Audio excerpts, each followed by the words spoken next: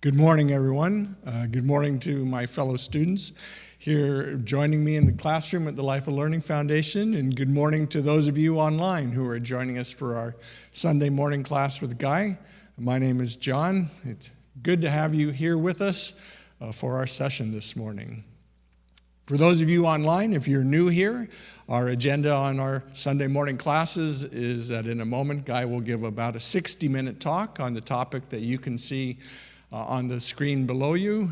And then after he's finished with that talk, we'll take a short break of about 5 minutes, and then we'll come back for an open discussion, a time in which those of you online can send in written questions, and those of you on GoToWebinar can actually talk directly to Guy. And between those of you there and those of you here, we all have an opportunity to deepen our understanding of the material that Guy has presented today. So hopefully you'll take advantage of that, and hopefully you'll stay for the entire class, which should run for about an hour and a half. Before we continue, just a reminder to all the students in the room, if you have a cell phone, we appreciate if you'd check it and just make sure that you've turned it off or put it on silent. And I think with that, we are ready to start our class this morning. Here is the title for the talk today and the key lesson that Guy has written. The topic is Wake Up and Stop Agreeing to be a Victim of Involuntary Memory. And here is our key lesson. We can be, and often are, sound asleep, going through the motions of life with our eyes wide open. To be able to see, to be aware of what our mind is actually looking at, experiencing, and responding to is the first step in the process of awakening. It not only strengthens our wish to attend to the present moment, but to remember that any time our mind is unattended, it slumbers in fitful dreams from which it cannot awaken itself.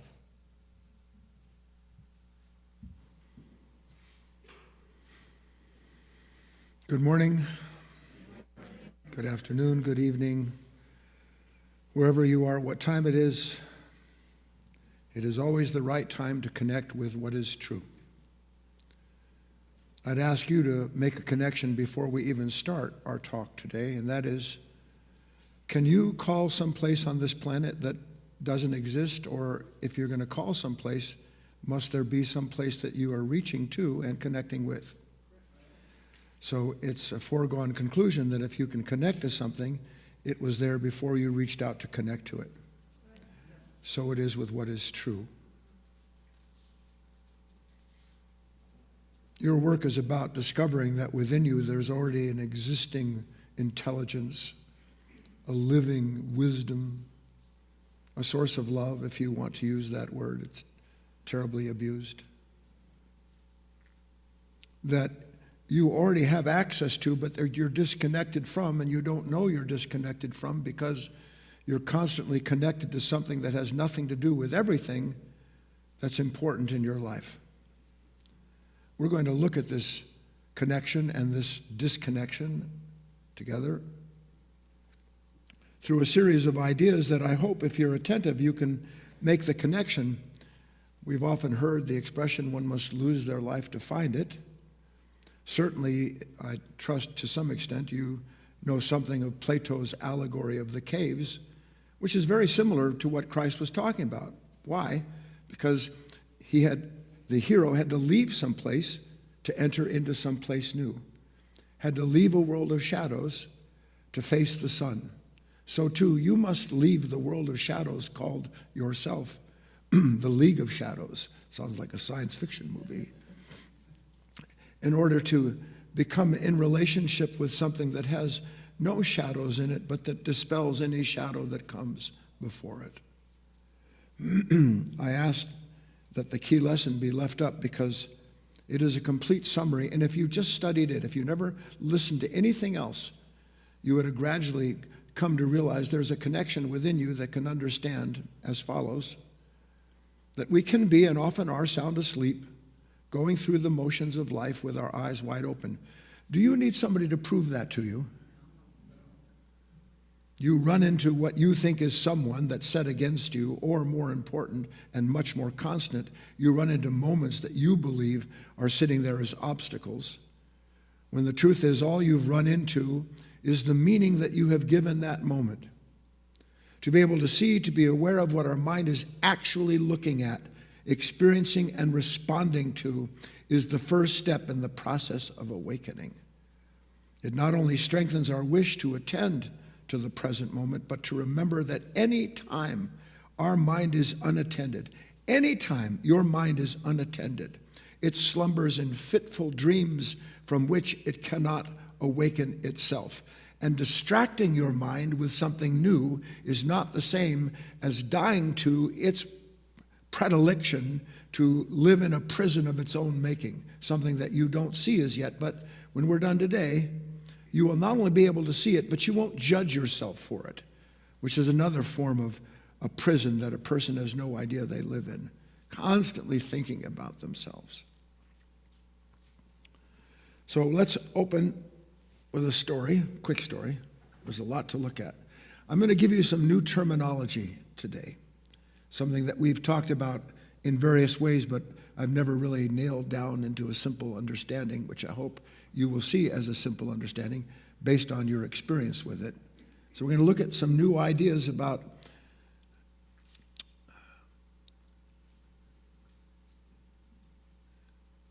what it takes for a person to realize what's important and what's not in this life.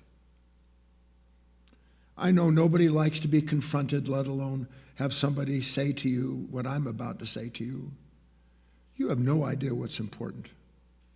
With God as my witness, you have absolutely no idea what's important, save for the moments in which you remember that there is something more important than your little relationships with other human beings, than the things you're trying to carve out of this world so you can find some kind of contentment. With all the things that your mind runs you to and through whenever it's looking for something to escape the content of itself with, it finds consolation in all kinds of daydreams. All of this you think is important because you don't know yet what is important. That's what we're going to look at today. So here's a reporter, and he wants to interview a man that he knows was once upon a time a titan of industry. Who doesn't want to be a titan of industry? Sounds so good, doesn't it? I'm a titan of industry. You're a titan of torment is what you're a titan of. And for some other reason, this titan of industry just one day just up and left the industry and went and became a student someplace, an aspirant, and finally had his own little monastery, his own little school, someplace in an obscure place. Nobody knows about it. So the reporter goes and says, I'm just trying to figure out. And to be honest with you, he said, I have certain feelings myself. I'm by no means a titan of any industry, but I would like to be the top of my field. I know there's nothing wrong with that. But by the same token, somehow or other, it doesn't matter how much I struggle to get to the top, whatever top I reach turns out to be the bottom of the next place I get to. So I want to know what this journey of yours was about. And the titan of industry said, some time ago, I can't remember when, I began to realize how much I regretted dealing with all of the things that I thought were so important at the moment. And these important things would line themselves up, he said. One day this would be important, and the next day that would be important, and sometimes in the middle of the day, 3 or 4 things would be important. I'd be in all kinds of conflict about what's the most important to do. I was driving myself nuts. How many of you are a titan of that kind of torment? So then one day, I realized regardless of what everything in me had to say was important, let alone what everybody around me, what the world around me, that I began to realize really wasn't around me at all, but that had been deeply conditioned within me, everything always telling me what's the most important thing to do. And then one day I got it. And that changed everything. What did you get? He said, I remembered that the most important thing in the world is the work of remembering my true self. Because until I was in relationship with what was true within myself, every relationship that I had was fabricated from something false within myself, promising me freedom tomorrow, later that day, the end of pain, when all it did was kick the pain, the can down the road. That's all it did, he said, and I realized that it didn't matter whatever it was that I was anxious and stressed over that was so important. What was important was that I remembered that nothing that was stressed and anxious in me knows what is important. Nothing. Nothing.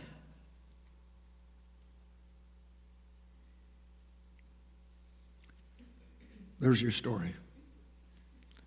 So you have to ask this question. At least you should be.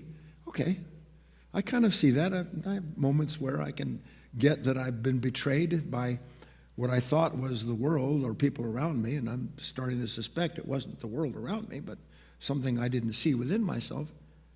And then I began to think that was what was more important was, like you've said, sir, I wanted to find my true self. But what does it mean to remember my true self? To be able to remember my true self, I would have to know what my true self is, wouldn't I? He asked. Wouldn't you? And the master said, well, that's where it all comes down to, understanding that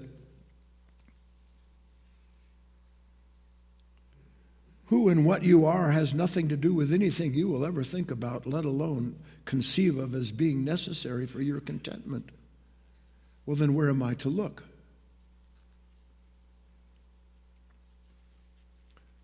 The master said, let me ask you a question. May I? May I ask you a question? Wanting to bring the young reporter, the young part of ourselves that wants to develop. What's the last thing that you notice every time you find yourself back where you started from? And he said, let me ask you this. Do you ever find yourself back where you started from? What the young reporter said. What's the last thing you notice every time you find yourself right back struggling again with some painful, regret-filled thought or feeling? What's the last thing that you ever notice? He said, I'll give you a hint. Where is it that you look for when you're looking for that new place to start over, for a new time to come? Some belief that consoles you that when you reach whatever it is that your mind tells you you need to do in order to start over, and it'll release you from your struggle. Please tell me, where is this place that you go looking for everything you need to know to be your true self? Be your true self. What did the young reporter say?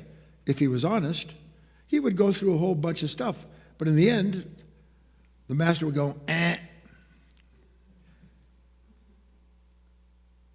He said, what you always look to without knowing you're looking to it to start over is some form of memory.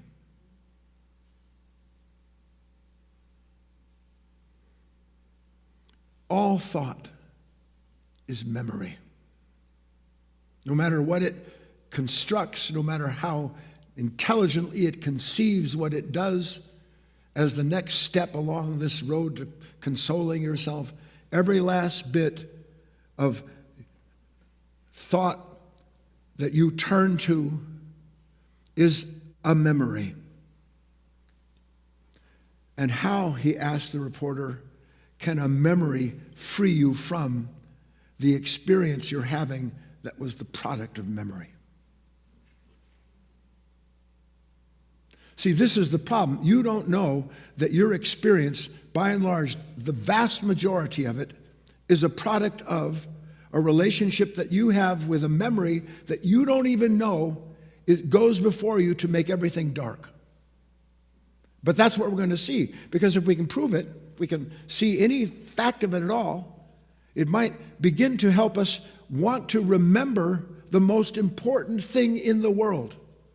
And that is that if I look at thought if I go into memory of any kind whatsoever to help me escape some fear, worry, doubt, or misery, in the moment that I have entered into that world of shadows, I have agreed to be guided not just by the shadows that are in front of me, but by the nature that sees those shadows as being the substance of something real. Everybody tracking with me?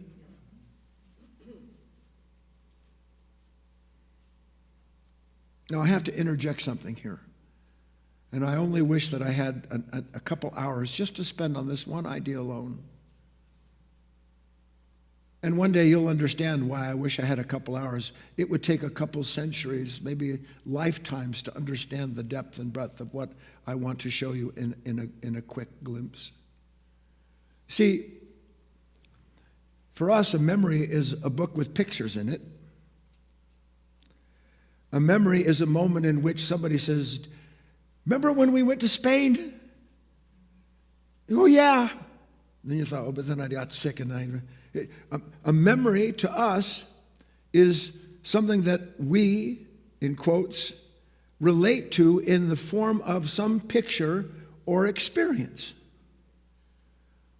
Do you want to know what relationship that memory has to the whole idea of memory? Can you say, zip, almost nothing? Every cell in your body has a memory. Every organ constructed from those cells has a memory that is a collection of the activity of those specific cells. Every organ that is constructed to keep a body in place, that body has a memory of its own. Every body, including this world, our planet, has a memory. There isn't anything in nature, no creature, that doesn't have a memory. What causes a tree when it's being bent by the wind to return to the place that it was in the moment before? What does that? Memory.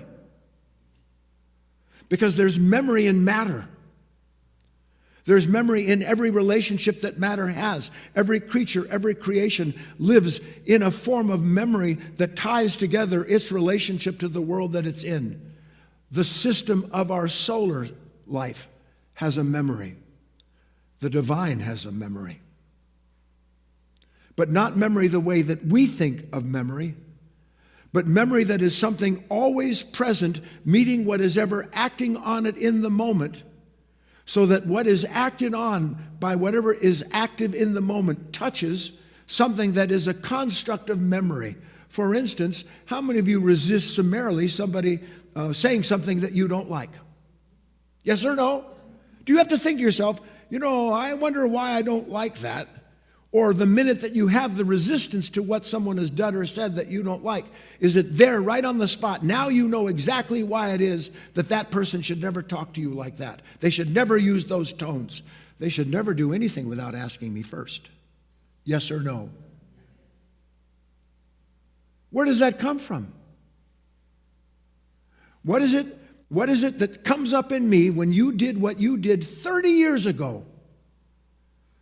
And it's gone but not forgotten. How do I know it's not forgotten? Because all I have to do is meet someone or come to some situation that reminds me of that moment, and I'm suddenly in the full grip of that memory that is what? Telling me who and what I am in that moment and what my possibilities are given the content of that memory, because I cannot act outside of that memory.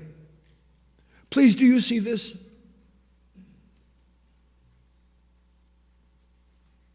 Do you know one of the reasons that I ask you questions when I'm talking to you? Because while I'm talking to you, you get so tense, you look like you're going to pop. And a way in which you can help yourself wake up is when I ask yes or no.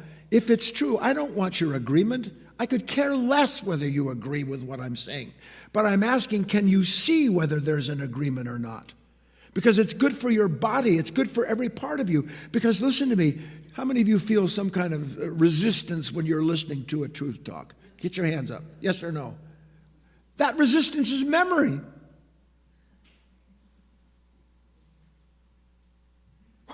Why would I resist somebody telling me that the world has a memory of its own?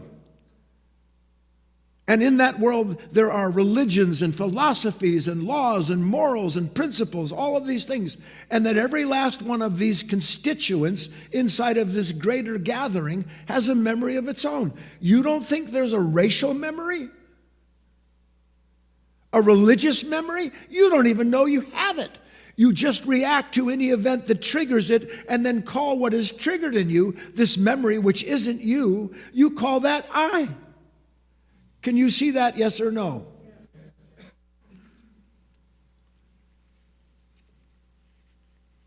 Which brings up the big question for today's talk. Please post the big question. Read along with me, if you will. I'm waiting for it to come up on my screen. Will it? There it is. The big question. Say it, it's fun. The big question. Why, in the name of heaven, would we want to remember whatever it is that we're being given to remember when it can be seen as true that as we remember whatever the nature of that memory may be in any of its myriad forms, we suffer over not just its recollection, but for the nature that has elected to relive what it will? Why in the name of God would I want to remember anything that as I remember it, I'm tortured by it? Unless something is gaining benefit and value from me being victimized by its activity within my own consciousness, that I have no awareness of it all because I'm sleeping in the substance and in the sensation of that memory that I am so used to doing. Don't disturb me. Can you see the big question here? Why in the world would I want in any given moment of my life to experience, this was important, whatever the nature of that memory may be in all of its myriad forms? How many of you have an off-again, on-again, low-grade stress and anxiety? Mostly off-again until somebody upsets you, and then suddenly it's no longer low-grade, but it's premium AAA anxiety. And then you think to yourself, much like we talked about on Inside Timer yesterday, that the reason that this has come up inside of me is because of what just happened. You just said something to me that I can't, remember what did I say? I can't believe it. I can't, how is it possible that you just did something or said something and something in me is going, no, I can't believe it. What is it that I can't believe? You have challenged my memory of how you're supposed to be.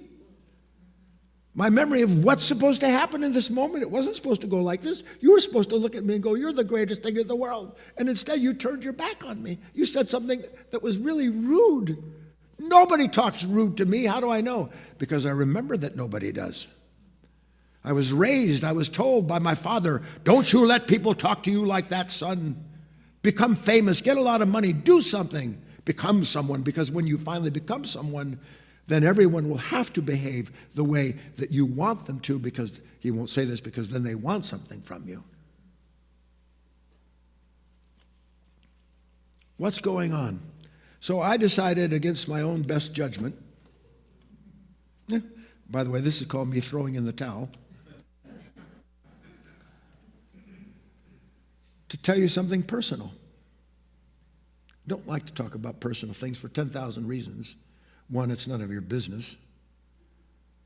And number two, there's a problem with saying personal things because a host of reasons will come up in you. You'll think, well, I'm not like that, or I should be like that, or oh my God, what does that mean? What's going to happen? And if you can, throw all of that out before I start, that would be just glorious. I asked the question, why in the name of heaven would I want to remember anything in any of its myriad forms, body, mind, and heart? Body has its own memory, does it not? Have you not seen how long your body will hold on to stress after the condition is gone? Have you not seen how your heart can be filled with the darkest kind of feelings long after whatever thought it was that triggered it, and it's still there and comes up like that? It just regurgitates this ugliness, yes or no? And my mind, I don't have to talk about my mind. My mind's a little garbage dump filled with all the content of the past that all it wants to do is just turn it over and make what it calls compost so that I can find something later that it'll grow out of. What grows out of that and not in the vegetable world that makes a vegetable out of a human being living in memory? But we don't know that we live this way. So I'm going to tell you something personal. Take a nice deep breath. Let me preface this by saying everything's okay. Some months ago, I found out that I'm going to have a certain kind of surgery. It's not life-threatening, and yet anytime you go into the hospital, you're taking your life in your own hands. Not to get healed, I might add. Hospitals are hell. They're run by sleeping human beings. How would you like to be treated by a doctor who is still angry with his dog because it didn't come back and ran away, and he had to get anxious driving to work? So he's come to see you, and you have... let me not start ranting there.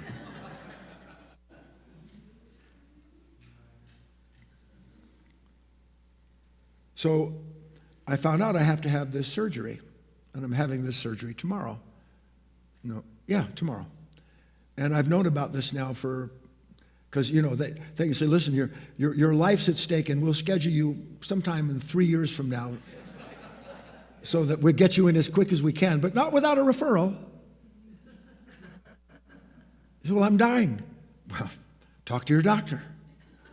You are my doctor. No, not yet. I do a whole routine. So, knowing that you have to have something that is as welcoming to you as the idea of 14 root canals in a row, what do you think starts to go on inside of you? Your mind and every cell in your body that has ever experienced any form of discomfort and pain begins to try to bring you into its memory so that in revisiting everything that it doesn't want, it can give you ways in which to escape or otherwise change and control the very circumstance that you wouldn't be experiencing if your own mind hadn't dragged you into it. Which it can't wait to do. Because that's its world. That's its life.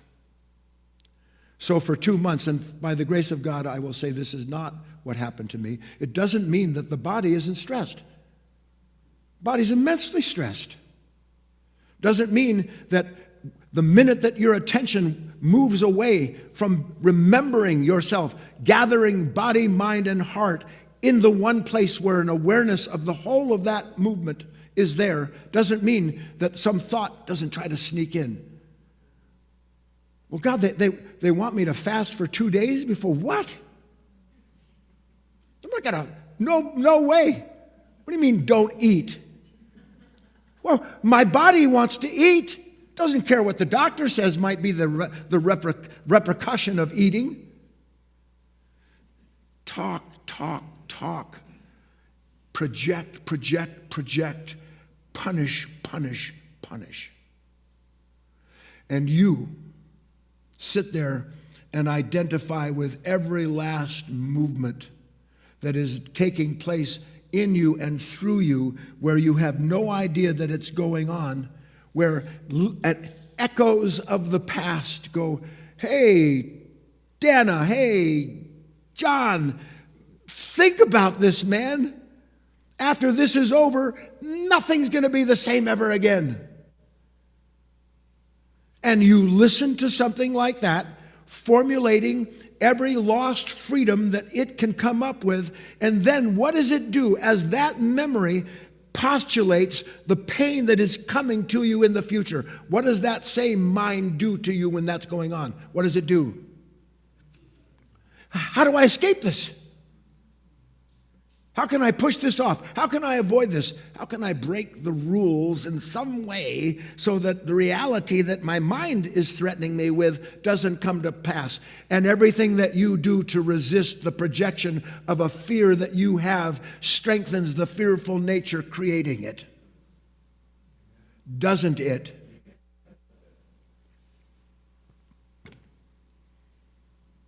So, I'm going to introduce you to a new character in your spiritual life. Get ready to post. It is how many of you know long, long ago in biblical stories, which are spiritual stories, that there was quite a very evil Pharaoh in the land of the darkness. Egypt was the land of darkness, run by an evil Pharaoh. Well, I'm going to introduce you to a new evil Pharaoh that, by the way, that presently rules your life. His name is Imotpike. Yes, Pharaoh Imotpike. Involuntary memory of the painful kind.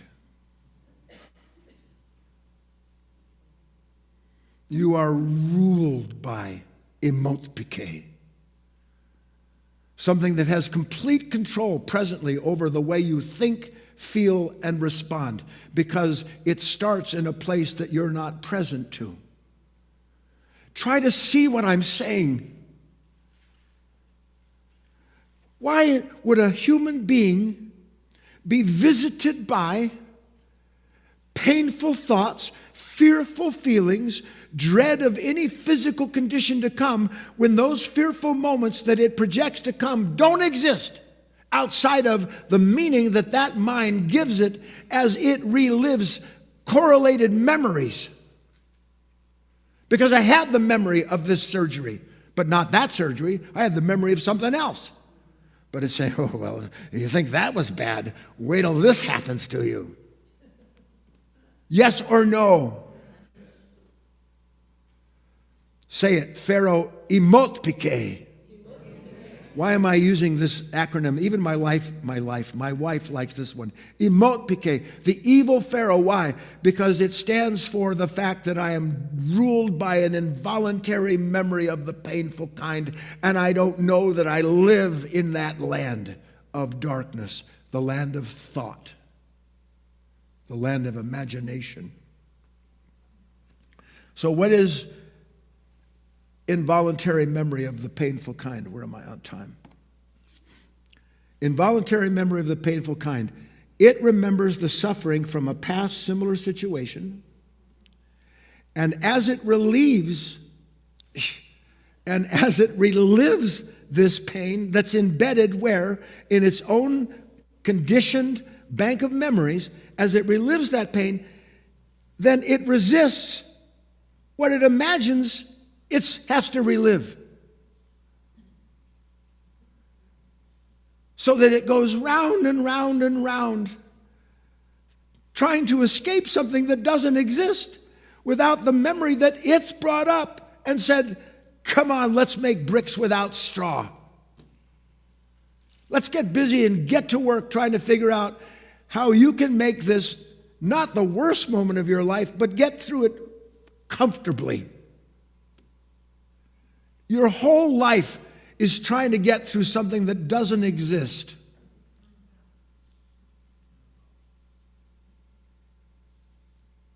How's that for a QP? Talk about being popular with the world as a teacher. Your whole life is struggling to get through comfortably something that doesn't exist without what? Pharaoh Imotpike, the involuntary memory of the painful kind. That comes up out of me. Do you remember that movie? It was The Green Mile with Tom Hanks. Phenomenal movie. And you remember that beautiful giant black man and he had a gift from God, and when he would use that gift, he would take from. There's a very similar parallel to the Christ. He would take from that person their sins, and when he did, he would regurgitate them, wouldn't he? And what would come out of him after he took from people from Imotpike, what would come out of him? You'd see this black legion. You'd see like literally one of the plagues a plague would come out of him. All these things are connected. Yeah, a plague of dark flies or whatever they were would come out of him. He'd regurgitate it. But these are all ways in which writers, whether they know what they're trying to do or not, try to help you come into realizing that you are, for all intents and purposes, living in the cave, looking at shadows. And that what you call your life isn't your life at all. But that something has called out what your life is or should be, and you're so used to identifying with that dark stream of thoughts that are nothing than reconfigured memories that it just doesn't even occur to you. You know, this is familiar. This pain is familiar. Me hating what I have to go through, that's familiar to me. Isn't it familiar to you? Me wishing that my life wasn't like this. Why did I have to get old? What's going to happen to me if listen to this, what's going to happen to me if it's like this now, next week? Forget 10 years from now. I wish Barbara was here. Well, each and every one of you is a very unique example of a certain kind of terror that's born out of believing that the involuntary memory of the painful kind is who you are, and therefore you need to fear everything that it projects will happen to you as a result of everything that you don't want to be or see anymore in yourself. So, it remembers the suffering from a similar situation. Now, do you think to yourself, I want to go and remember the pain of this past problem that I had? Do you think to yourself that? Why not? Because only an idiot would do that. But yes or no? I'm not. It sounds facetious, and I don't mean it as a snide remark. Only an idiot would say to himself or herself, today what I'm going to do for most of the afternoon, I'm going to make myself a cup of coffee, a glass of wine, and I'm going to sit here, I'm going to go into every painful memory I've ever had in my life. Because the more painful memories I have, the more I'll drink. The more I drink, the more better I'll feel. Eat, run, shop, buy, plan, doesn't matter. Find some new God, do something, anything to escape what I believe is this terrible set of circumstances that I do not deserve to be in. Because after all, I'm a godly person. I shouldn't have to go through this. And when you think to yourself, you're a godly person, who's thinking? Pharaoh who? Yeah, well, why else would it even occur to me to want to be a godly person unless I realized there was something quite ungodly about myself that was forever trying to escape the ungodly things that this nature that you make me do acts out for me. So, what happens? It imagines reliving the experience that it has given itself to recollect. As it imagines it, it resists its own imagining. Please, again, I know your minds are not facile yet. I'm talking about stuff going on at a cellular level, at a molecular level. Doesn't this glass have a memory of a kind? Yes or no? The memory is what holds it together. But you don't think to yourself in terms of the glass is conscious. It's not. But the molecular atomic structure that binds these things together in this particular form, that something else remembered it should look like and cast it in its image, it's here. So there's something inside of us that we have zero contact with. That's what all of this is about. I have zero awareness of the fact that I don't look at you without experiencing memory. What do you think your accounts are with other people?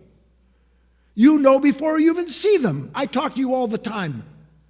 They're like this, and no, they're like that. I can't do this. This person's like that. And the pain that you're experiencing, you believe belongs to the person your mind is blaming. No, the pain you're experiencing when you look at an account is an old record book filled with the memories of experiences that were distasteful to you.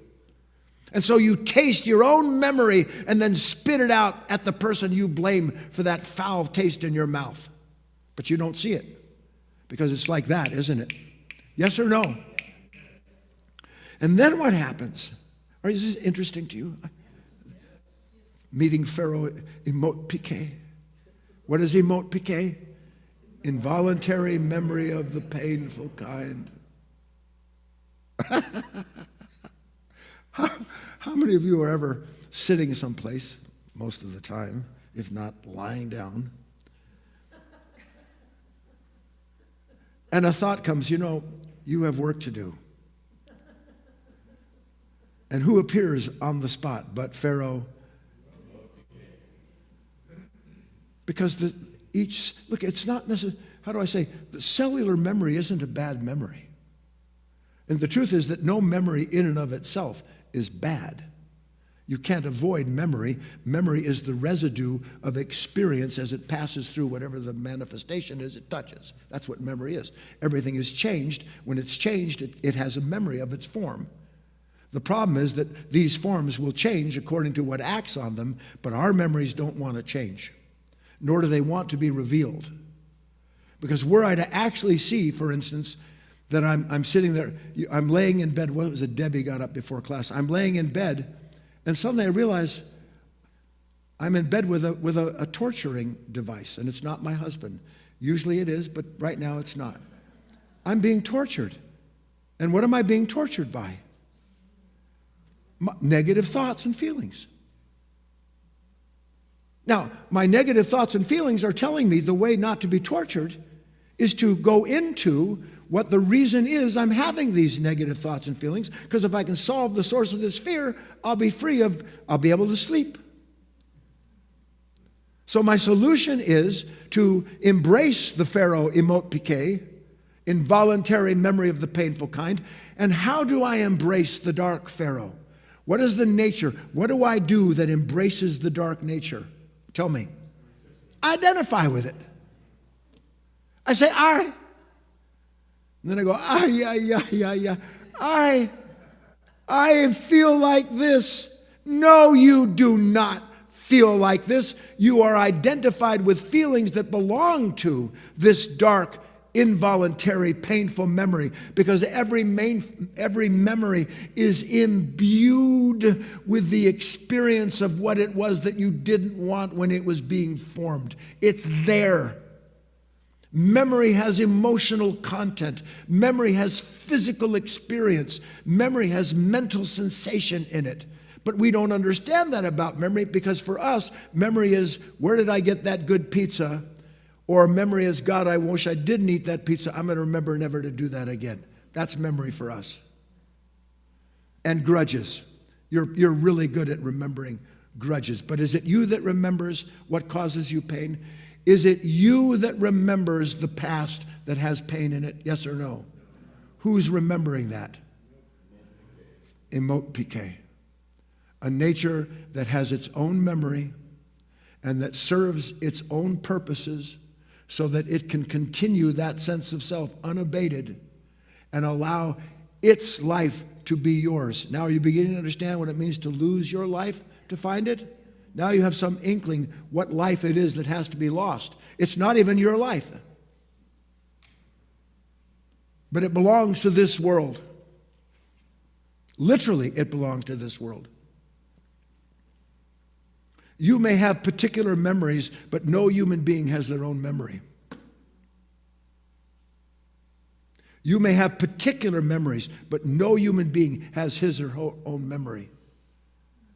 The minute that humankind, however that took place, fell from one level of awareness in relationship with what is divine into a relationship with thought about being divine and what I have to do to escape what's not based on judgment, the moment that took place, that human being fell into memory. That's what thought is. Thought builds on thought to escape the prison of thinking. If you can see it, can you?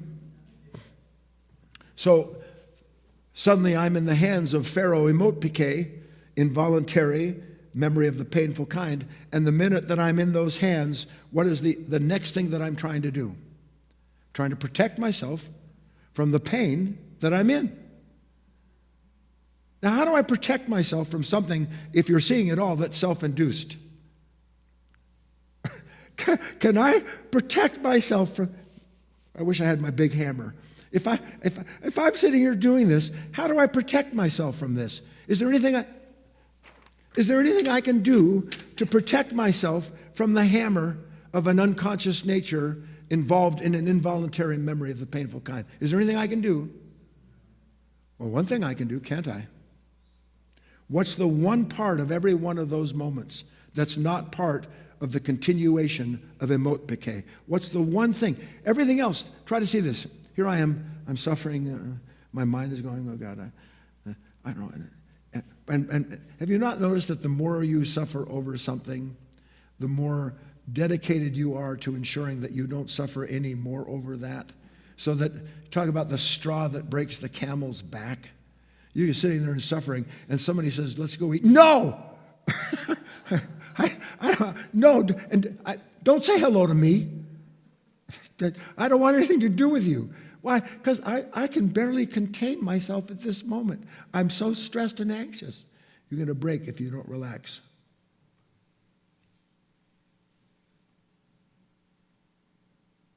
Do you know why bodies break down? Do you know why your body breaks down? I mean, some of it you can't avoid. The cells lose their memory, in a manner of speaking, because you're so dedicated to keeping yourself together as you remember yourself the way you're supposed to be. You cling to a life that doesn't exist. I swear to God, you cling to a life that doesn't exist, and you call the stress of that clinging your life. And the more you're stressed by clinging to it, are you clinging to life, or is unconscious memory clinging to not just the pain that it brings, but that involuntary memory is doing what? It's prescribing everything that you need to do so that you don't suffer anymore. That's called avoiding life. I'm just going to avoid anything and everything that bothers me. How are you doing, incidentally, with avoiding everything and anything that bothers you? Anybody doing well with that?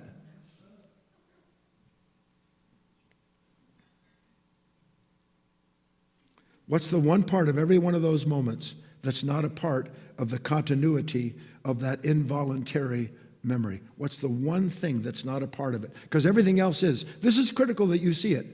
Whatever you take thought over in order to get over whatever this involuntary memory has brought up that's bringing you into that body, and the more pain in that body, the more you try to produce circumstances to see. And not one part of that does anything other than ensure you remain in the land of thought.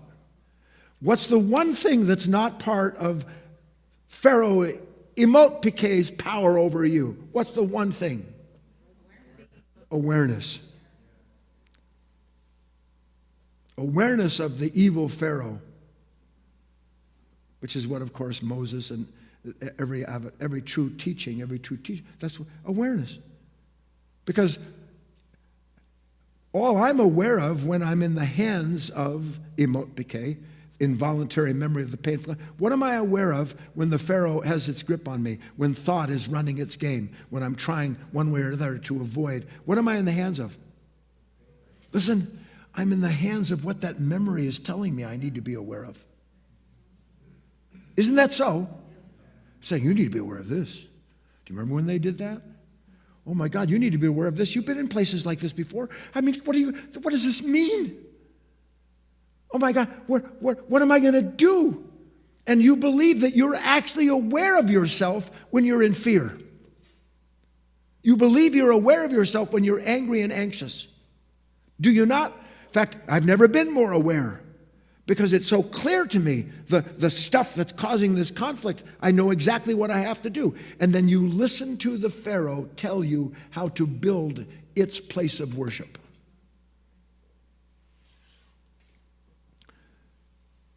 But there's a part of that, isn't there, that's not a part of that punishment and the way it plays itself out. And it's certainly not me identifying with something saying, you need to be aware of this, that, and the other. It's something that's aware of something talking to me.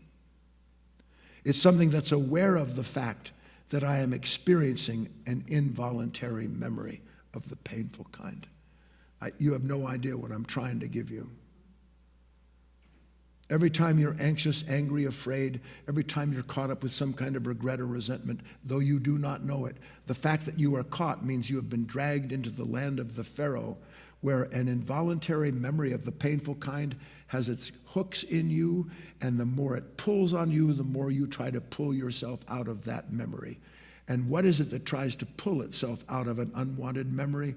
Other than something that says, I remember I don't have to be like this. I remember you shouldn't have been like this. I remember I can be other than this. And all of that sheer nonsense. The one thing that's not part of the continuity of that conflict is my awareness of it. Now try to get this, okay? Try to get this. My life, we'll go back to the titan of industry. My life prior to this moment where suddenly I realized that everything that I thought was important wasn't, only took place when I finally realized that I was suffering over everything I thought was important. And then a thought came to me, wait a minute, if it's really important and what I think is important is being free and happy and content, then how does suffering tie into that? How does agreeing to live in pain because of the past, reliving it because of what you produced or didn't do, how does that tie in to being a happy, contented human being? And how about this? Just a decent human being who doesn't lash out at anyone and everything that suddenly threatens it. And when something threatens you, incidentally, what is it that's threatened? A memory of myself. I'm not talking about, and I'll get this, well, what if there's 10,000 cobras? You see, when you remember yourself, remembering yourself means quite literally that I bring all of the members of myself into a unity that of myself I can't create. That's what remembering the divine is. You can't remember the divine. How insane that is. When you remember the divine, call on whatever you say you're calling on. What are you calling on? What are you calling on? Memory. A pleasant memory, a good memory, and better than a bad one, probably. No. When you remember yourself, the very act of bringing together your mind and your body and your heart into that awareness that goes before you, in the very action of that, you bring an end to the separation of yourself from what is whole and true and unerring in its wisdom moment to moment. The very act of being present ensures that you can't be punished by the past. Do you see it? Yeah. So here I am, and I have this moment, and there's an awareness that isn't part of the pattern. Is there memory without pattern? Please.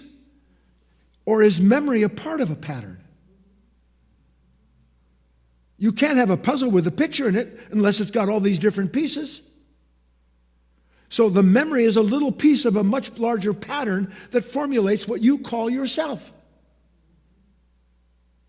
So here's all these little pieces, and one day, suddenly, please, have you ever tried to piece your life back together again after something it goes to hell in a handbasket? I got to piece it back together again. I do like puzzles, but this one looks like it's never going to be solved because I've had this board, and I'm bored with trying to put the puzzle together, and yet, all right, one more time. One more time, I'll just get in there and I'll sort through these pieces, match them by color, shape, and size, and if they don't fit, by God, I'll jam them in there. That's how I used to put puzzles together. That's what human beings do. It doesn't quite fit, but it's close. So what if there's an eyeball in this tree? Doesn't matter to me. The cat's underwater with the dolphin, that's natural. So suddenly there's please God that it should happen for you increasingly. Suddenly there's this still small voice. And it's not talking. It's seeing all of the voices. It's seeing how something just can't wait to go back into a way to escape the very thing that it creates as it tries to escape it. That's when a human being begins to remember what's important. Because for the first time in his or her life, and it has to happen 100 million times, they are awakened. You don't awaken yourself from the rule and the subjugation of Pharaoh imot piqué. You are suddenly brought into a light that shows you, I've been wandering through this dark land, believing that somewhere what was guiding me would deliver me into the light that would liberate me. And now you see it doesn't exist there, and neither can you stay there. And that's when you begin to be willing to lose your life. That's when you see the shadows literally are formulations of an unconscious nature, and you realize, I need to turn around here. I need to leave myself, not save myself. I need to leave myself, not save myself. But all of this is falderoy. It's all nonsense to the mind that just grasps with it intellectually. But to even begin to suspect there actually is an involuntary memory of the painful kind. I never knew that before. I didn't know that something in me meets every moment with a memory.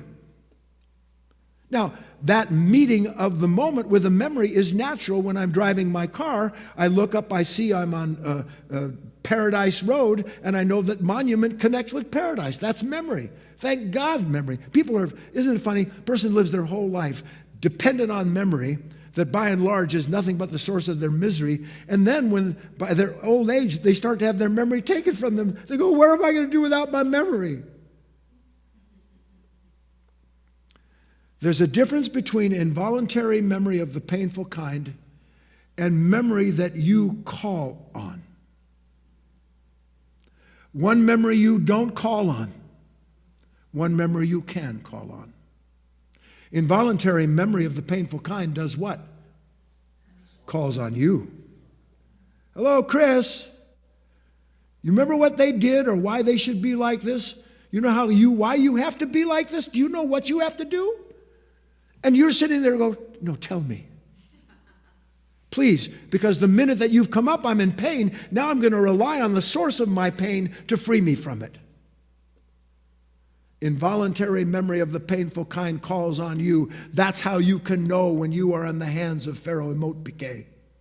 Because you are suddenly struggling to escape or change or control a condition that didn't even exist until some form of memory in you measured the moment you were in, decided what that moment means to you and for you, and then said, I got to get out of here. I got to change this. I got to escape this. And then what happens to you? You're in the mud pit making bricks without straw. Do you see this? One you'll begin to see as the onset of punishment. Where was that? I didn't put it in the talk. I didn't have time, but I'll go back to it. Something that Marcus Aurelius said, if I even did keep it. Yeah, here it is. Marcus Aurelius. If you are distressed by anything external, the pain is not due to the thing itself, but to your estimate of it. And you have the power to revoke this at any moment. Isn't that what we just talked about? Of course, he used words, those were the words in the old days. If you're a wreck, being torn up inside with some kind of fear, doubt, or worry, resentment, or regret, it's not because of the thing that your mind points to. It's because you have entered into the mind of a memory that cannot stand the experience of itself. And the more it brings you into experiencing what it doesn't want, the more it convinces you that you can get away from the feeling you have by answering to it, by reliving the memory. When you're afraid, you're reliving a memory. Not the onset of the first fear. You can't stop that. That's itself a form of memory, isn't it? Oh my God, what does that mean? Well, I can't help that fear from coming up because it's connected to a body of memory called who and what I've been. Can't stop that. You say this, I can't stop the first reaction, the anger. That's important to see. But what I can recognize is that the moment that that reaction takes place, it can be a revelation instead of a revisitation of the nature that's causing the pain to begin with. That much I can begin to see. And it's going to start with what? With recognizing Pharaoh who? I didn't ask for this pain.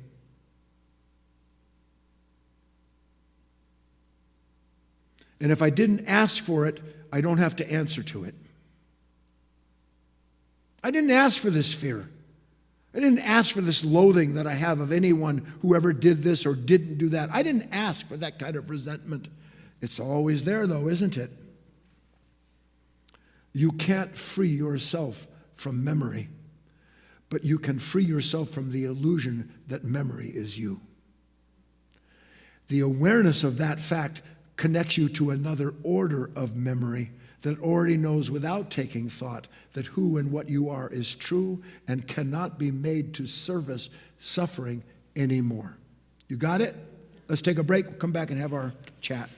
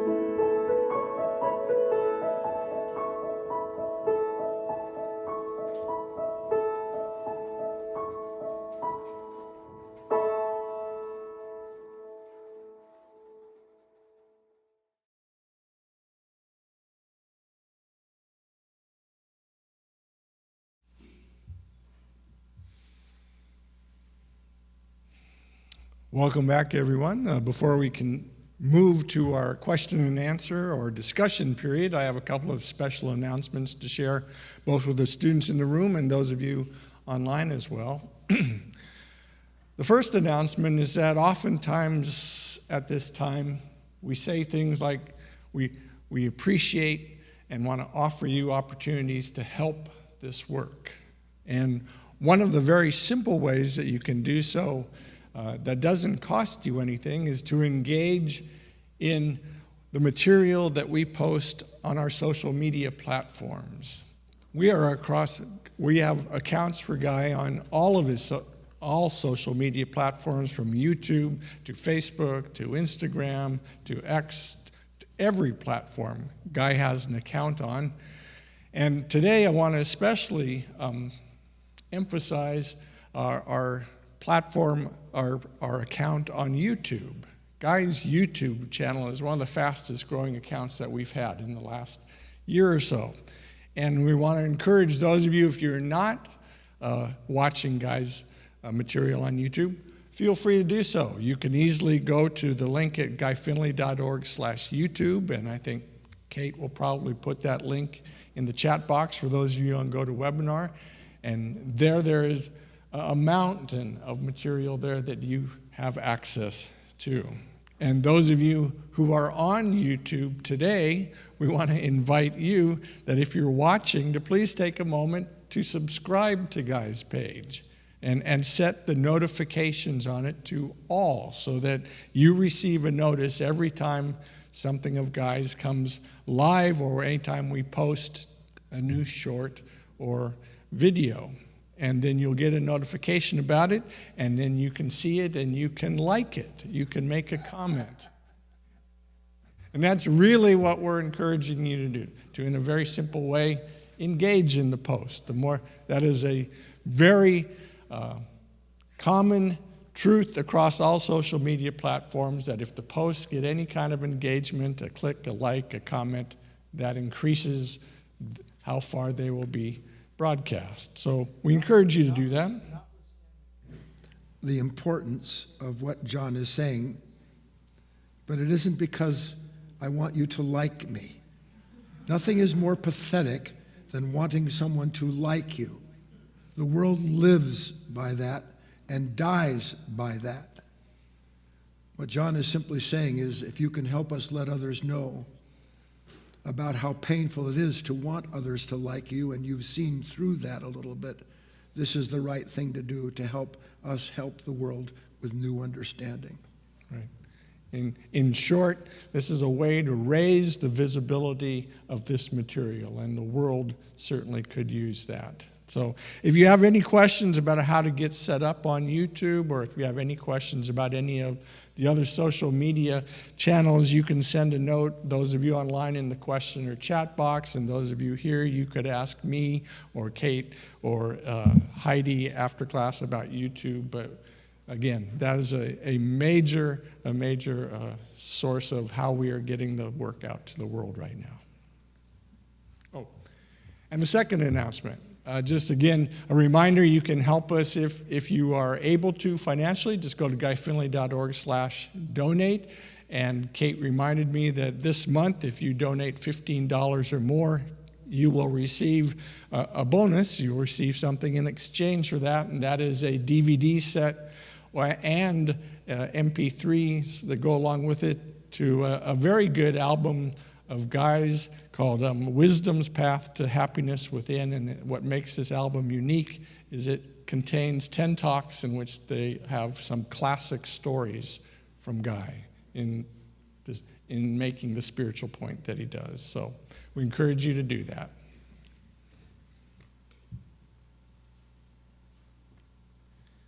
All right, now time for our discussion. So those of you online, if you wish to participate, whatever platform you're on, you can send in a written question, and those of you on GoToWebinar can raise your hand and get into the queue. And I see that we already have a couple of people in the queue there. And those of you here in the audience, again, at any time, if you wish to come up, please just do so, and we'll see what we can get through today.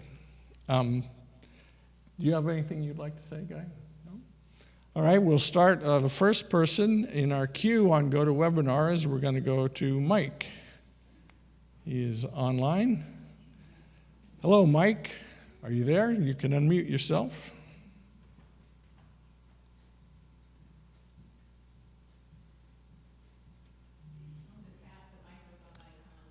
Kate says, Mike, just tap the microphone icon, and there you are. I see you.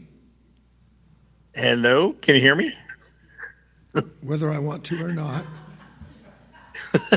Hi, Guy. Hi, Patricia. Hi, everyone. Everybody say hello to Mike. I just want to say that after about a month, I had to leave Oregon and move to Cincinnati. That everything I've learned from you, Guy, following the truth, has helped me so much with everything in my life. My relationships with everyone is so much better. It's just so much better. I just don't know how to put it into words, just how good your teaching is and following the truth. I really don't know how to put it into words, but I'm just so thankful for it. When I got here to Cincinnati and moved in with my mom, the first thing that I felt was that I was prepared for this upon getting here. But it's just so much better for me, and I'm just definitely sticking with you, Guy, and the truth, and I just wanted to share that, and I'm just so thankful. I'm glad to hear from you, Mike, and I'm even happier to learn that the work that you've done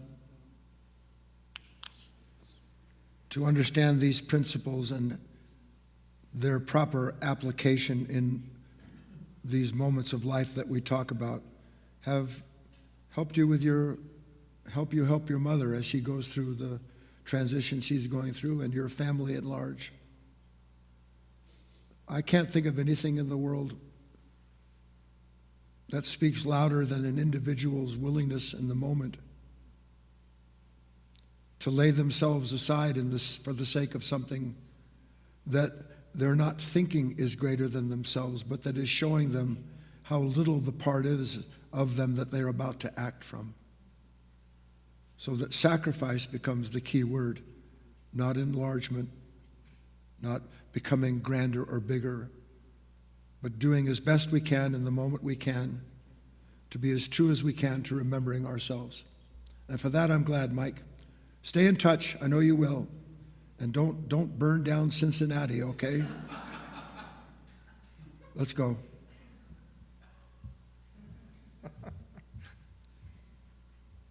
Didn't think I'd ever hear that here. Don't burn down Cincinnati.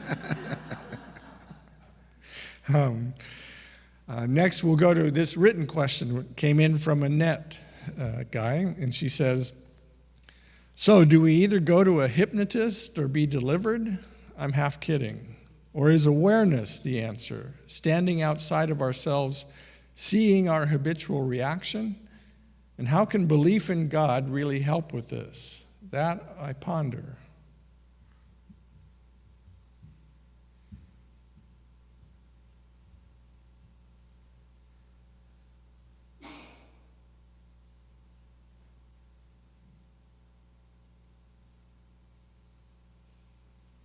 Belief is separation.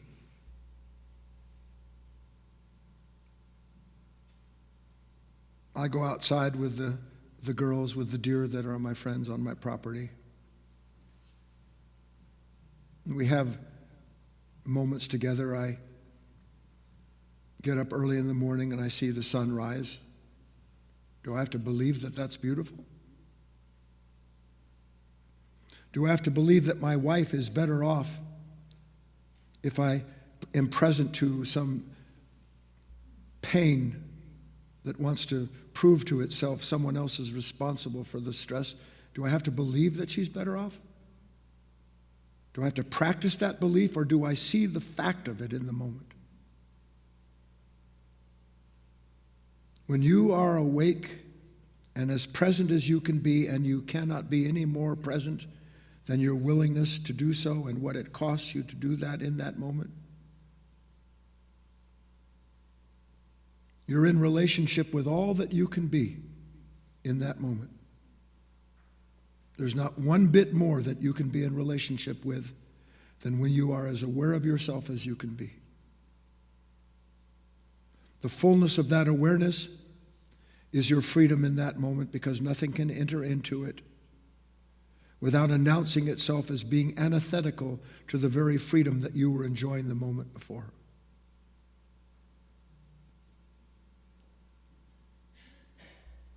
We look for things to believe in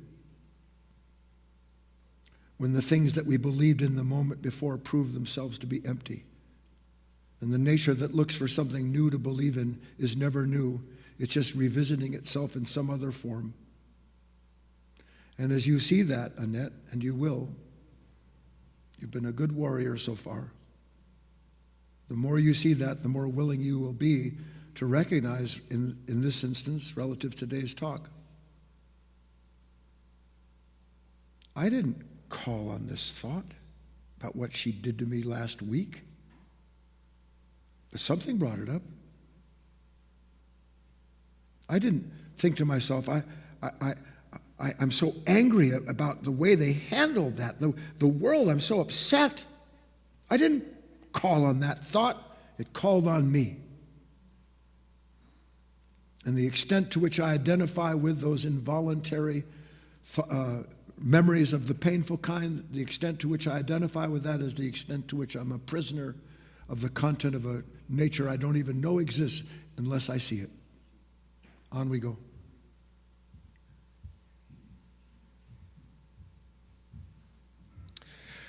We'll go next to Isabella. She's raised her hand in our queue. So Isabella, I'll unmute you. Good morning. Good morning. Good morning, Guy, John, Patricia, Kate, everybody. Good morning. My voice is shaky. I'm a better listener than I am a speaker, so I apologize. No. Wait. Let's do something unbelievable. Should we do something unbelievable together? Yes, I would love that. Okay, here we go. Watch me closely.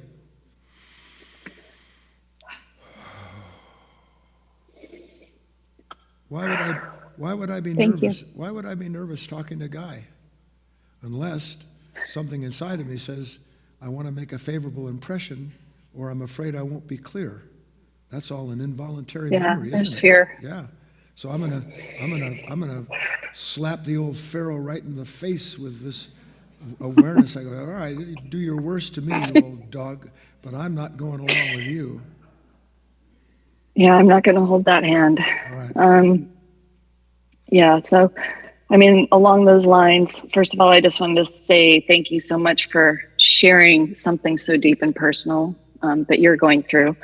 And I actually just finished yesterday a couple of days of full-on hospice training, working towards being a death doula.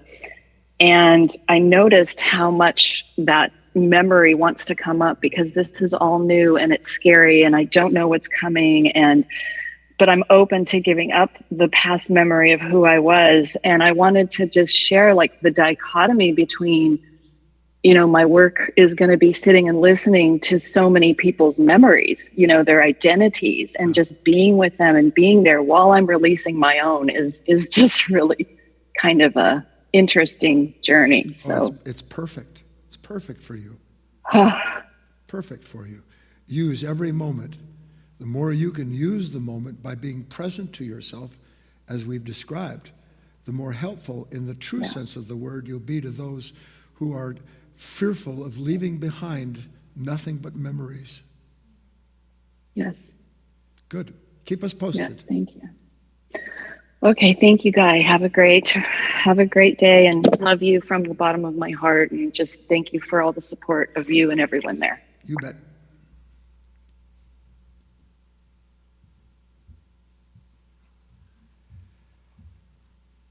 Next, I have a written question that was left over from last Sunday. This comes from Susanna, Guy. And Susanna was referring to a statement you made, a memory that you shared from when you were a boy. She said, so God said when you were 11 years old for you to wed with your suffering and pain. Wouldn't God have said the opposite? Don't wed with your suffering? Please explain.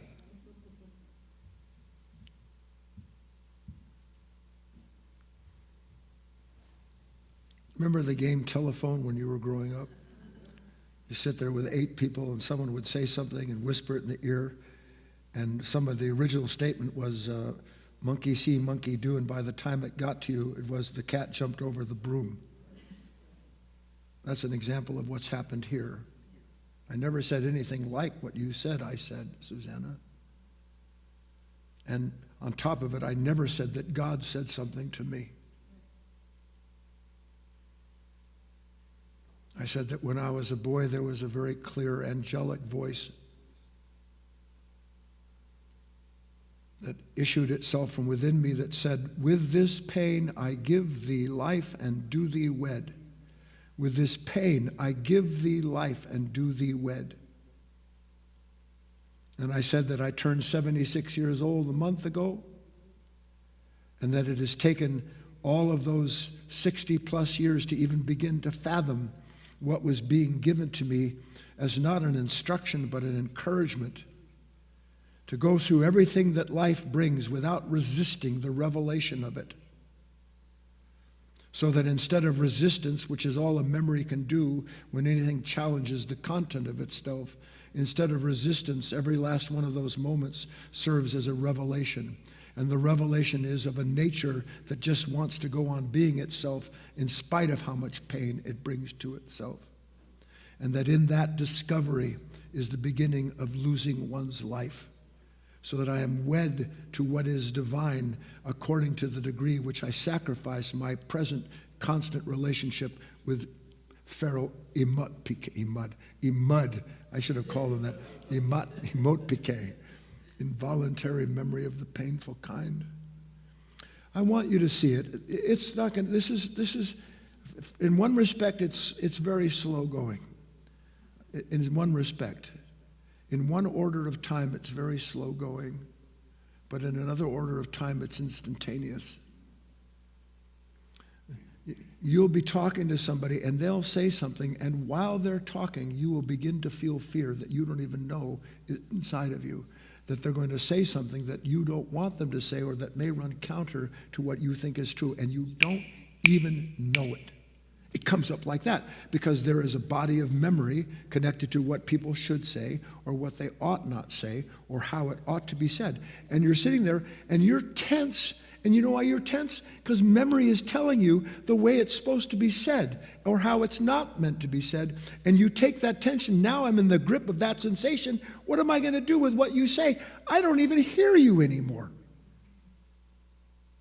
Because I'm listening to Pharaoh Muddy Paul. Mud boy. I'm listening to Pharaoh Imotpike. I'm listening to something telling me that I got to protect myself because you're about to challenge something I think is true. And that's the world you live in. See it. The more clearly you see it, the more the part of that moment that isn't part of that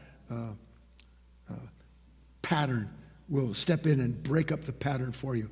It doesn't break up the pattern. It reveals that you're not intended to be a part of it.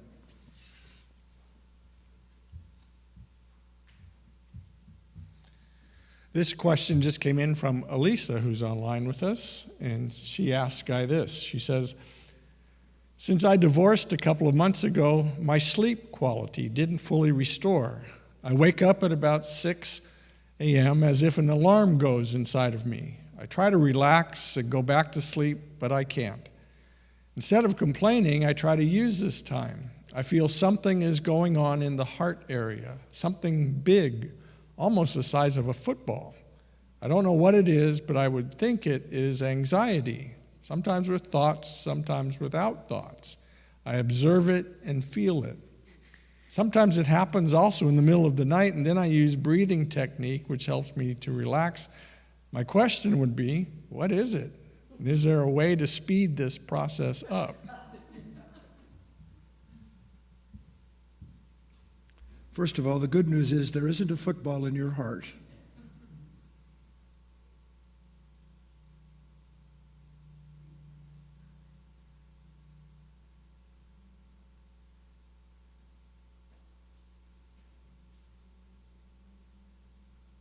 I often think to myself,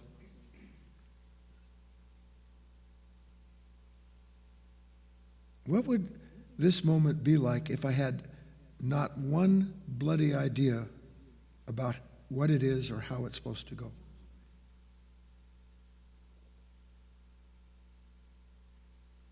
I don't know when I'm going to speak on it, but the Pharaoh, Imotpike,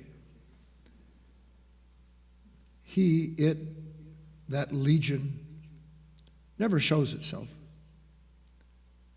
But its presence is known to you through this ceaseless interpretation of the moment. I want to know what the heck is going on, because I'm in pain. I'm anxious. There's a football in my chest.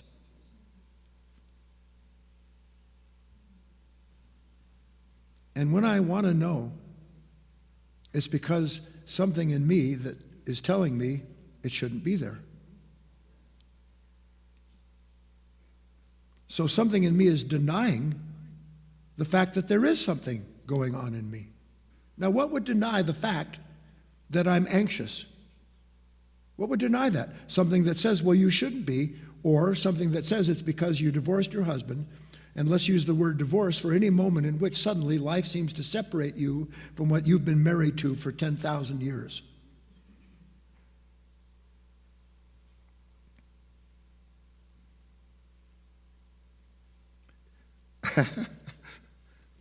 You won't like this, but I find it humorous. What's so funny is that, God willing, you won't spend this entire life or whatever may follow as long as you remain true to the truth in you. You're going to spend your whole life figuring out that the last thing you ever needed to do was think about yourself. I swear to heaven, that's what you're going to find out. That every time you take thought about yourself, you've just ensured that the thought you're thinking about and the self it engenders is going to go on. And you want to speed that up?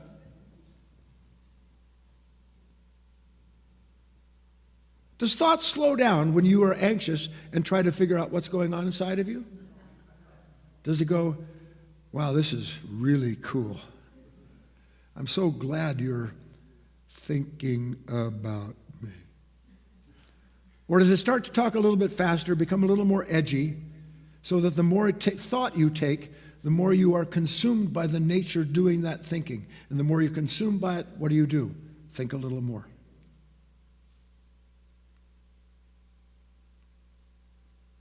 I'm not disqualifying what you've asked, Elisa.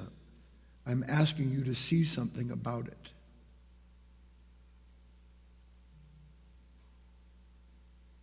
If my anxiety is caused by a body of thought, by memory, by a psychological construct, a personality produced over time, if all of that thought is the construct of that nature, and it is,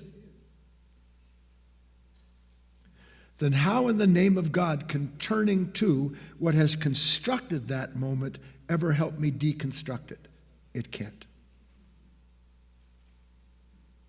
And do I need to know more than that? Or am I terrified of actually knowing the truth of that and remembering it in the moment, because then I would have to lay myself down for the sake of seeing something instead of trying to become something else as imagined? That's the answer I have.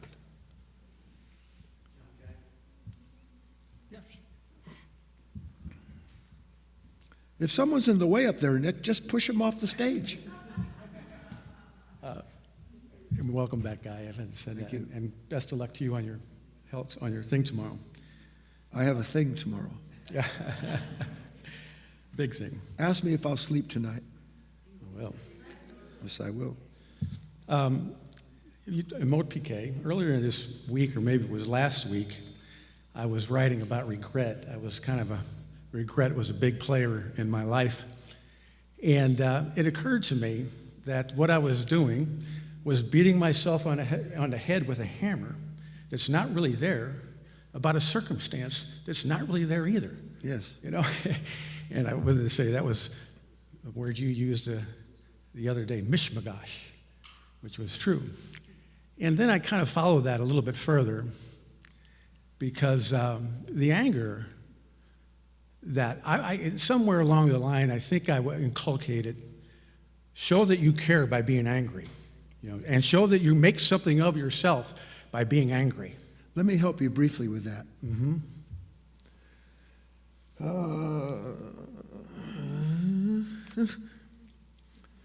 Nick 1, Nick 2, knick-knack, paddywhack.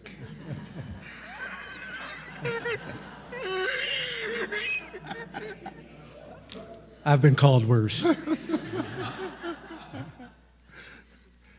So here I am, and I'm beginning to see that I really have this body of regrets, these things that I really wish I hadn't done, that really changed the direction of Nick's life at a certain point, and in not such a good direction.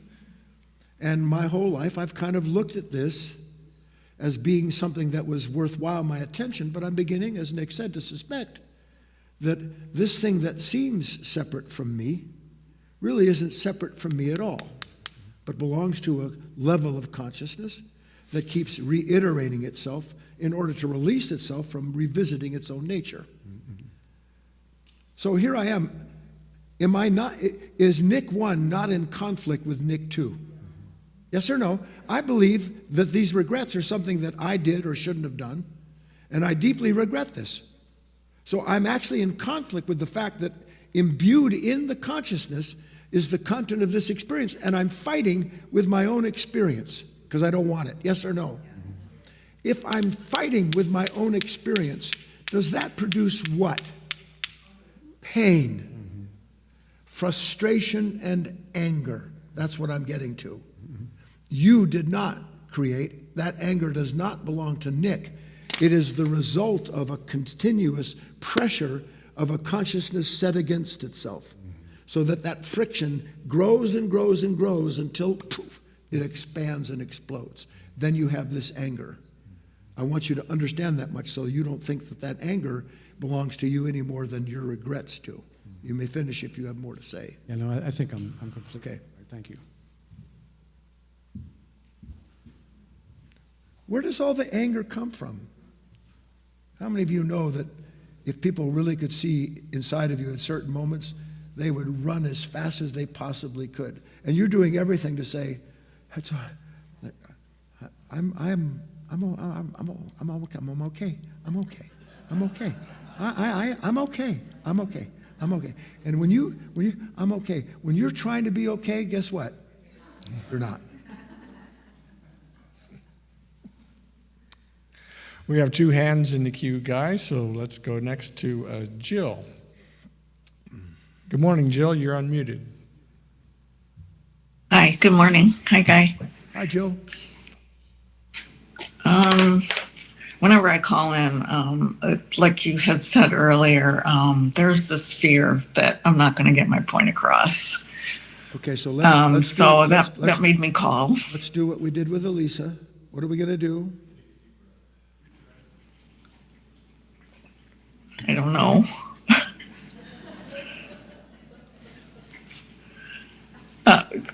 This example might help. Listen, no, we're not going past where you are. Why would I want to go past where you are when where you are is the problem? Take a nice deep breath, Jill, and bring as best you can the full awareness of whatever the anxiety is, whatever the tension in the body is, whatever the mind is scrambling to undo. Bring that entire mess into your awareness of it. Don't try to do anything with it at all. Just 100% where you are, being what you are. If you do that, you have dealt Pharaoh Imotpike a little blood. All you have to do is that. Then once you've done that, then knowing that we're kind of feeling this, now let's bring the question in and watch carefully to see if something doesn't sneak in and produce the very thing that I'm trying to escape. So let's have it. Okay. So I'm in pain and I'm thinking, what do I do with this? Yeah. I'm experiencing it and I'm identifying with it and I'm blaming somebody. Yep. And suddenly, after I ask the question, this something comes and says, and I know you said it in the talk, says, but the other person's also in pain.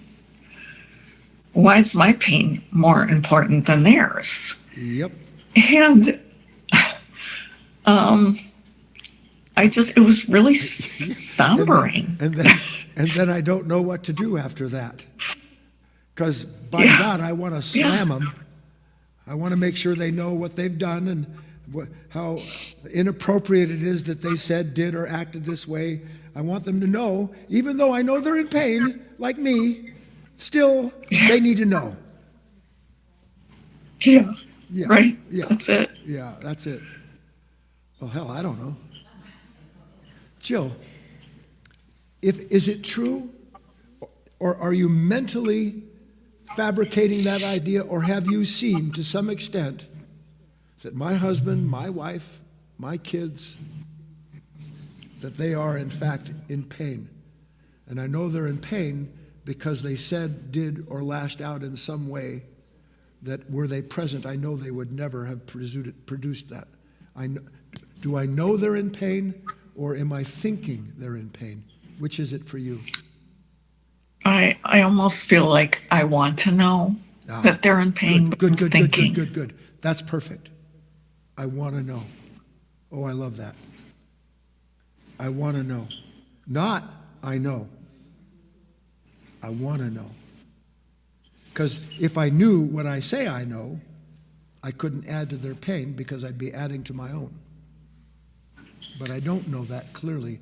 But please God, I want to know. And please God, even though everything in me says it wants to know, and then when the time comes I don't want to know, it's by your grace that wish to know the truth of myself and my brother, my sister that comes to me. And just stay with I want to know. Stay in the heart of that moment that has no time in it, Joe. You're not looking to fix anything. You're not trying to free yourself. You're not trying to help that person get past their pain. You're not doing one thing other than being as fully present as you can to everything that is moving into and through you in that relationship. And if you do that, you stay with I want to know, you'll see something. You'll see something you couldn't see otherwise, because knowing keeps you from seeing. Get it? So that means in the end, I have to wind up being someone who doesn't know, which is the truth anyway. But you have to get there by seeing it as a fact. Then you're not afraid of not knowing, because all the knowledge you need to be in a proper relationship with that person in the moment is inherent in remembering yourself and in the wisdom that you are reminded of and given to be a true good human being for them and for yourself. Work at that, okay? And then let's have a report, shall we? Okay. All right. Thank you, Guy. I want to know. Robert has raised his hand in the queue. Guy, and I see that Tony just did. So we'll go next to Robert. Good morning, Robert. You're unmuted.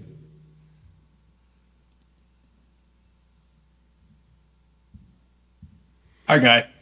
Hi, Robert. Hi, Robert. I'm glad to see you back.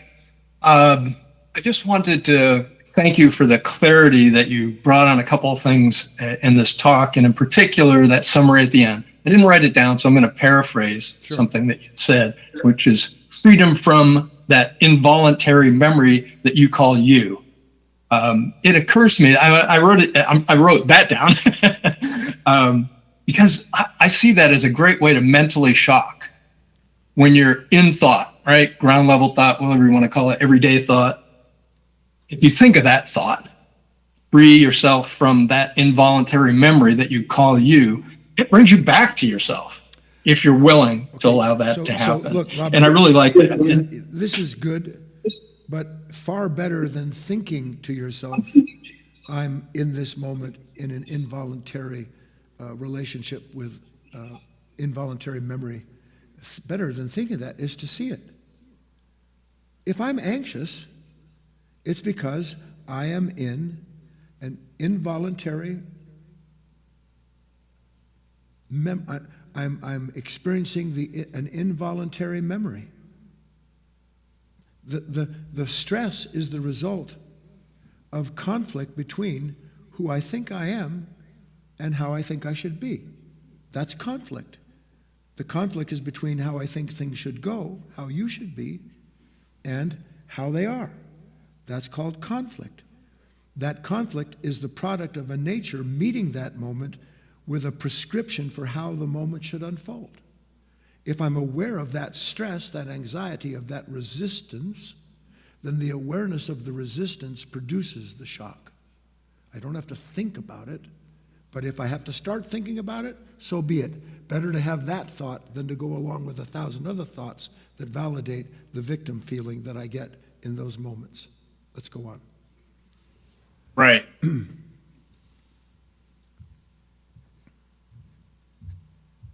Okay, we'll go next to Tony in our queue.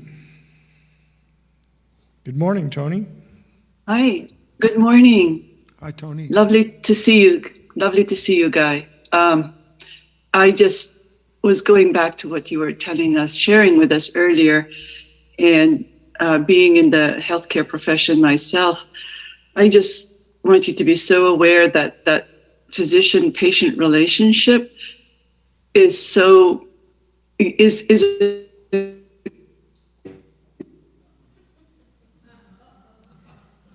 Perfect.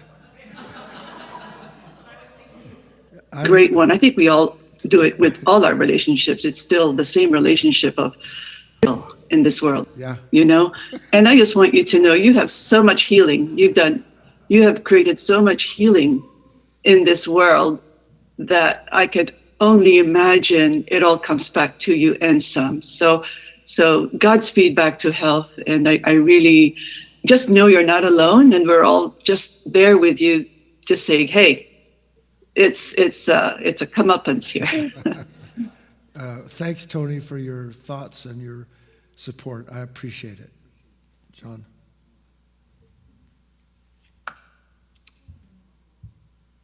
Hands just keep popping up here, Guy. We have Denise just came on and would like to say something. So Denise, good morning. You're unmuted.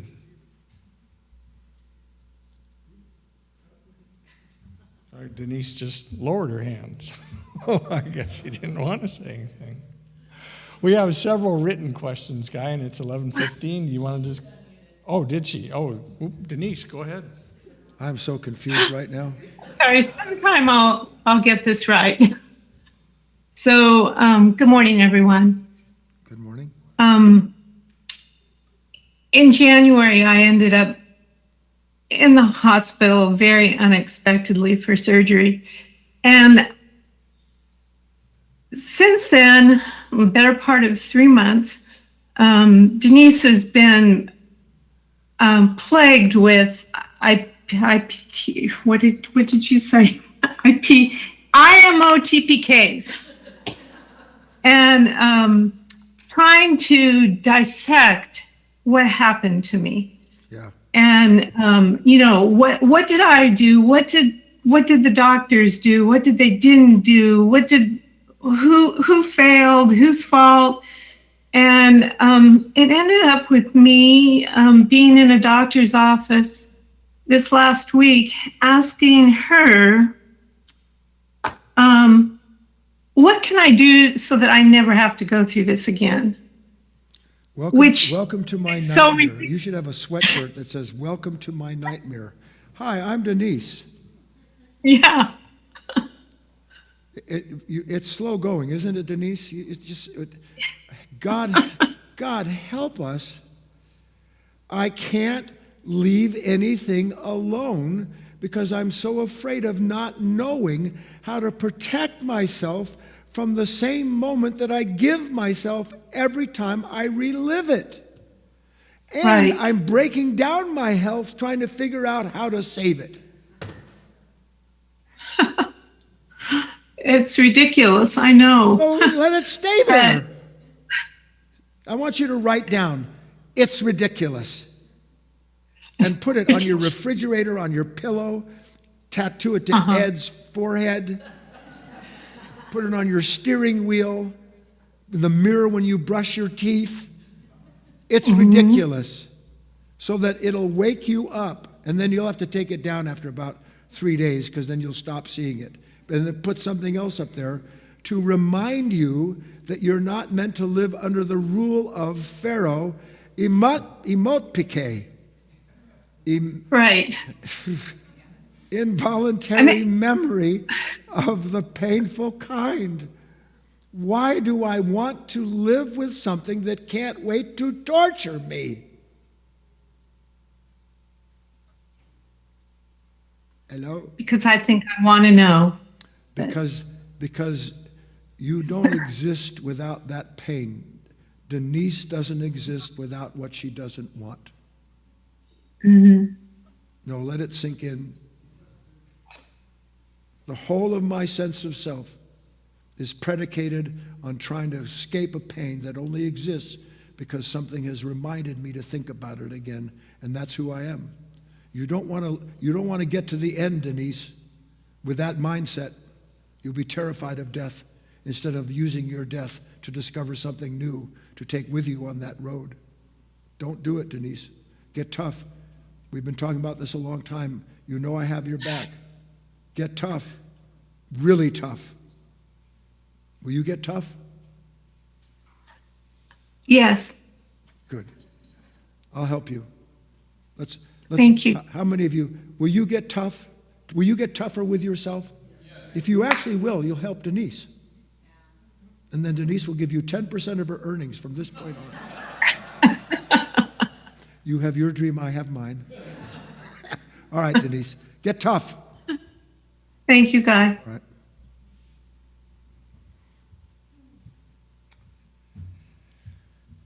Well, we have several written questions, Guy. It depends how long you would like to go, and if any Let's do students. one more written question, and then we'll leave the room open for a few minutes and then go on our merry way. All right. And we'll end with this written question from Vedas. He says, Guy, years ago I had a sudden divorce, but not much explanation, just that I did not hear her. I wonder how to invite my ex-wife to talk about misunderstanding in a way that she would not reject. Maybe the main wish is that people could understand each other well, but sometimes other people just don't want to hear others and blame others for what is not even true. I can't speak to a specific instance, and I never will, and it's not appropriate.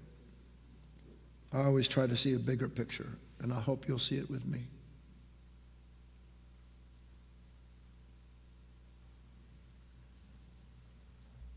If you have something in your heart that says, to whatever extent it's true and legitimate, meaning it's authentic, it's not you trying to clear up a pain from the past because it visits you and you still don't know what to do with this situation every time it comes up. That's all garbage. But if you really want to say something to someone, don't wait for them to say it to you. If there's something in your past that's truly a problem, get over whatever that pride is that prompts you, that memory of who you should be and why they shouldn't have been that way. Do you know that you can't have a feeling about how someone shouldn't be without a memory of who you think you are? It's impossible. Not that people aren't inappropriate and cruel and unkind, because they surely can be. And do you know what makes people cruel and unkind, as they surely will be? Do you know why? Because they meet the moment with you from the memory that you meet them with. All they can do is try to protect themselves. Pain. I can't say what will happen for you, but I can say that I know for a fact that if you ever really say to somebody, you know what, I'd really like to understand this pain. I'm in it. Are you in it?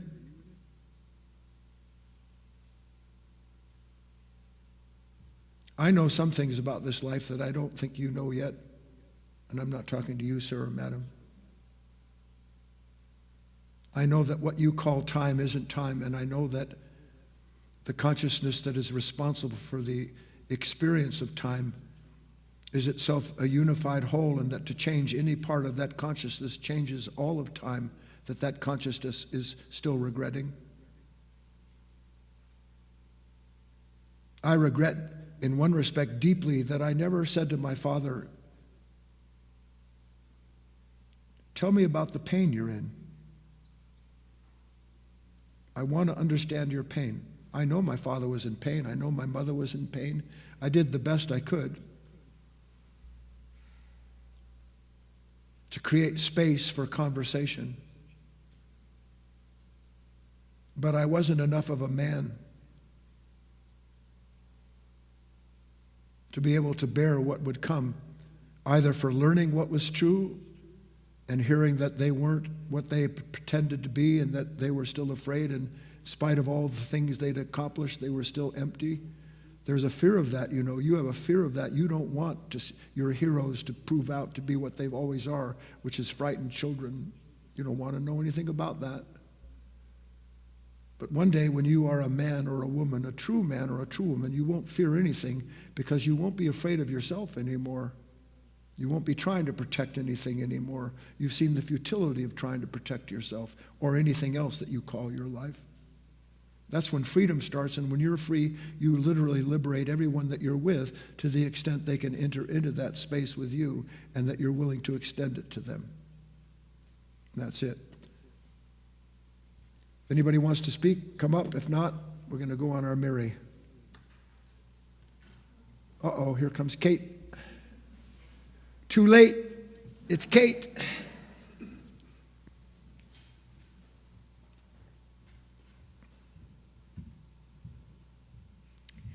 Hi, everyone. My name is Kate. This was one of those days where there was so much going on behind the scenes, I didn't have a chance to really follow along with the talk as I would have wished to, so I'll listen to it again. But there was one line that popped out here.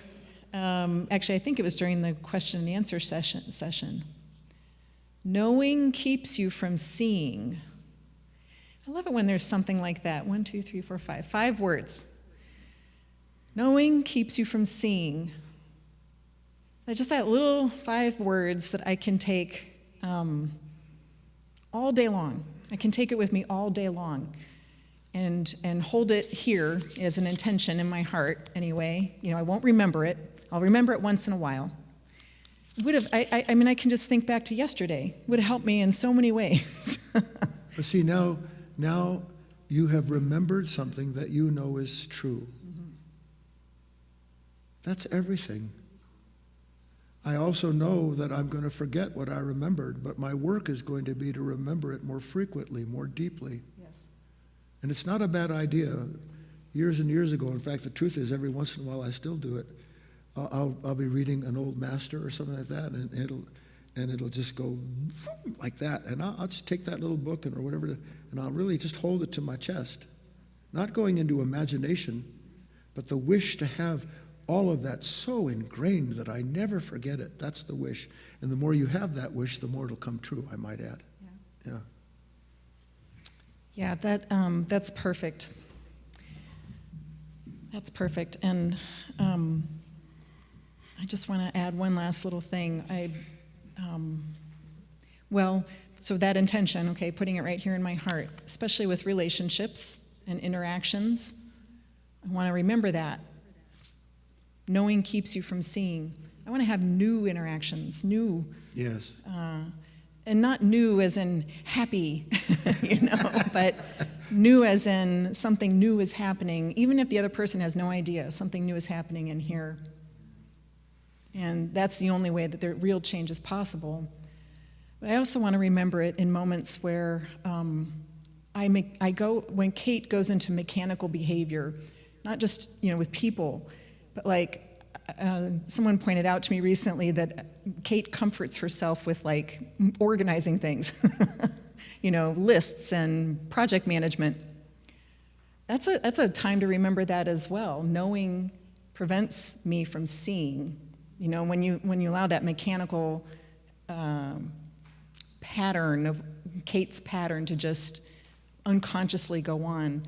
I mean, I still get things done. It's not that I don't want to, just, I'm not going to say like a vegetable or something, but I can actually be seeing something at the same time while I'm doing whatever I'm doing.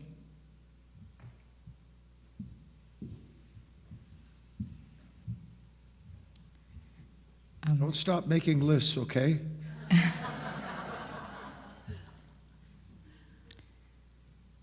Hello, everybody. I'm Namita.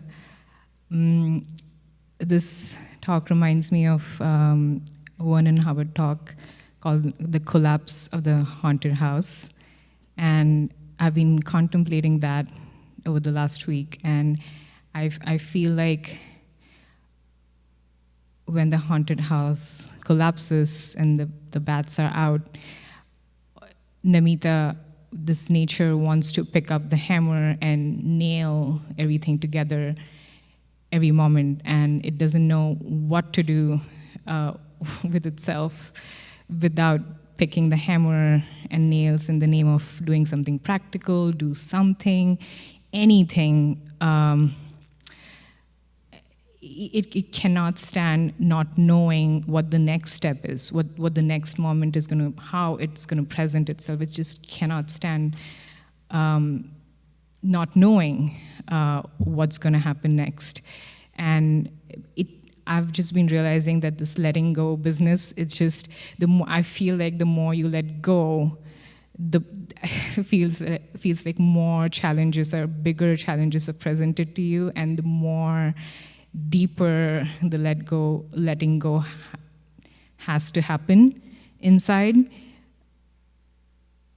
I don't know if this is a false feeling or anything, but lately it feels like I'm on my knees. The hammer is, some force is making me drop that hammer, and my hands are tied, and the hand is on my neck, saying you cannot move. Just let something else drive your life. And I want to allow. My wish is to allow it to guide me this moment forward. And I may be completely wrong about this, but I was this little faith, and I was contemplating this the other day. The faith of a mustard seed, if I may say so, is sprouting a little bit.